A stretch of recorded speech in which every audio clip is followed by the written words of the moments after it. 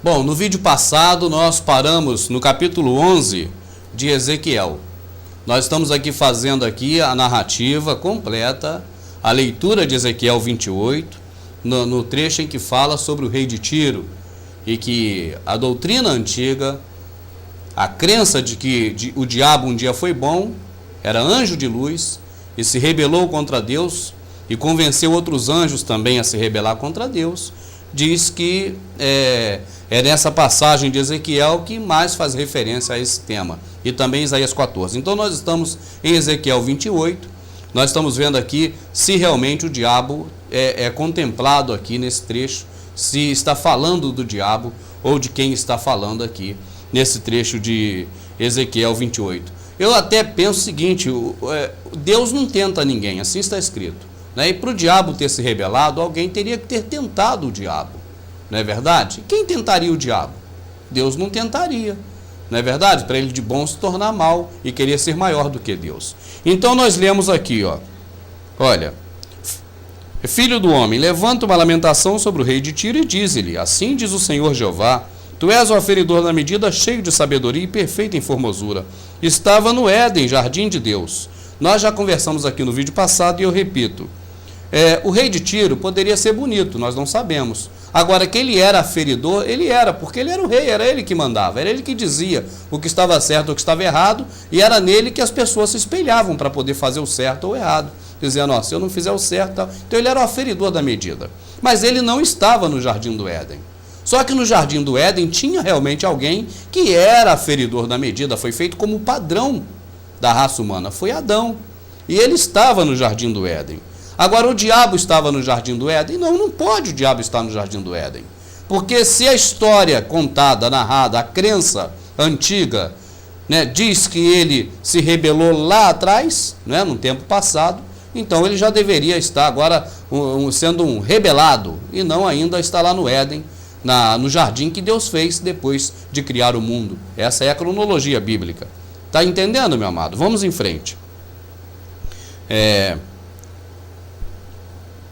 Toda a pedra preciosa era a tua cobertura. Aí fala as pedras aqui, que eu não vou ficar repetindo, o ouro e tal. A obra dos teus tambores e dos teus píferos estava em ti. No dia em que foste criado, foram preparados. Deus criou no jardim do Éden, que nós sabemos, foi Adão, não foi? Que ele pegou o barro e fez Adão do pó do barro e soprou nas narinas. Então, com certeza foi o Adão que ele fez lá no jardim do Éden.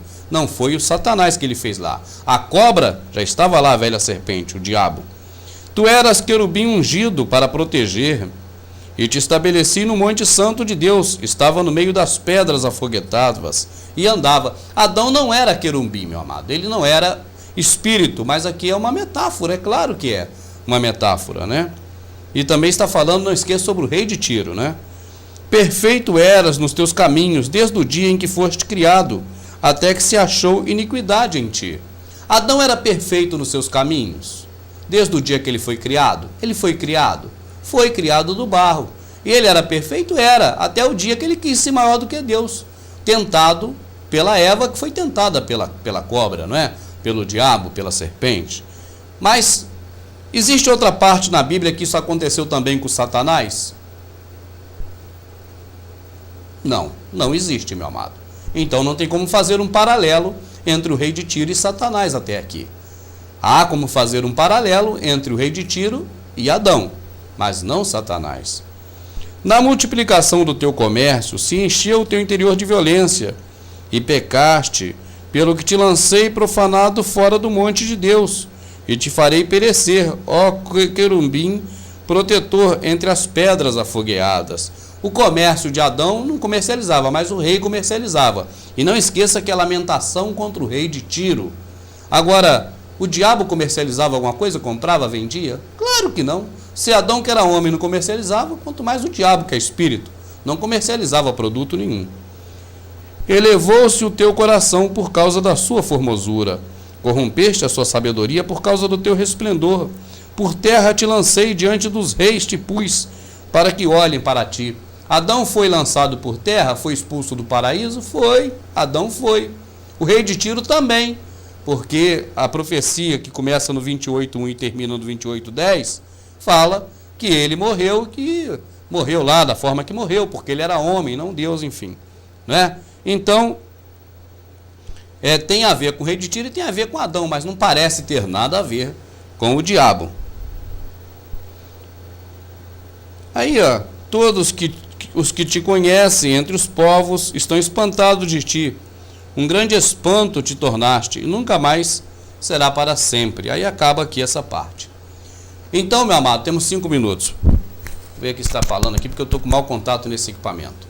Então, meu amado, nós vimos aqui na leitura completa que essa passagem de Ezequiel, ela se enquadra melhor com o rei de Tiro e com Adão do que com o rei do Tiro e Satanás, não é verdade? Então vamos ver também É porque alguma pessoa entrou no canal e falou assim: poxa, o irmão Rubens, você não leu Isaías 14. A gente lê Isaías 14.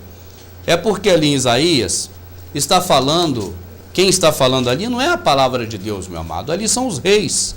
E eu não dou crédito aos que os reis falam. Ele está falando uma profecia profana contra Jesus ali. Ó, então proferirás 14:4, esse dito contra o rei da Babilônia, e dirás: como cessou o opressor, a cidade dourada acabou, já quebrantou o Senhor o bastão dos ímpios, o cetro dos dominadores, aquele que feria o povo com furor, com praga incessante, e com ira dominava as nações, agora é perseguido, sem que alguém possa lhe impedir. Deixa eu ver agora o 10.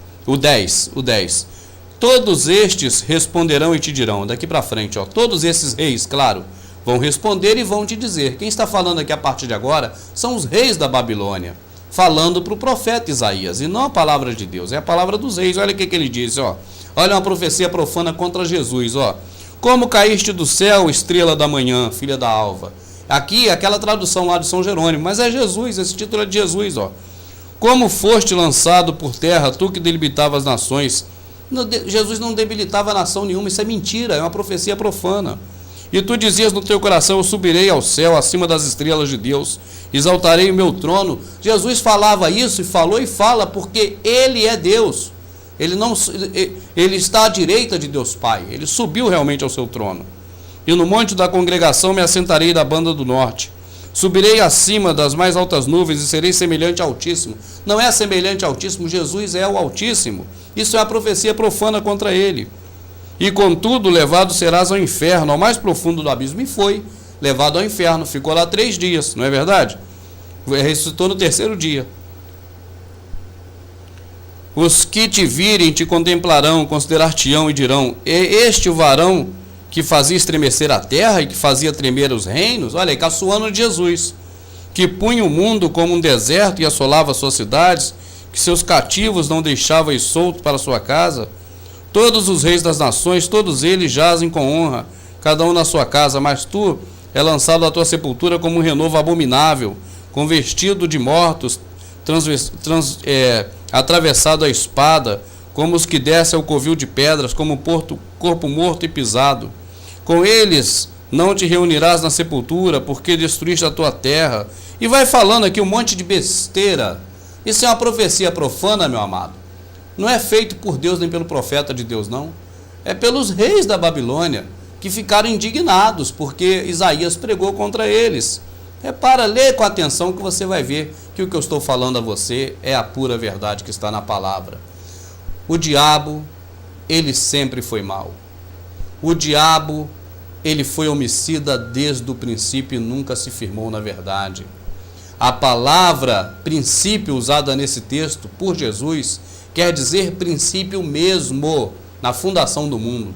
Ele não poderia estar no Jardim do Éden, porque o Jardim do Éden foi feito bem depois, na cronologia, após o Senhor ter feito o planeta Terra, feito o mundo, feito as águas, feito a separação das águas, feito as aves. Aí ele fez o homem e fez o Jardim do Éden e botou o homem lá. Tá certo, meu amado? Não seja enganado não. Vá para aqui, ó. Esquece, porque podem te ensinar errado. Vai para a palavra de Deus e leia com atenção, que você vai ver que nem sempre é Deus que está falando aqui. Muitas das vezes é Gamaliel, né, meu amado irmão Alessandro? Às vezes é até Gamaliel falando. E às vezes sim, claro, na maioria é a palavra de Deus, mas às vezes não é a palavra de Deus. Pode ser a palavra do Gamaliel, pode ser a palavra do Nécio, pode ser a palavra dos reis da Babilônia.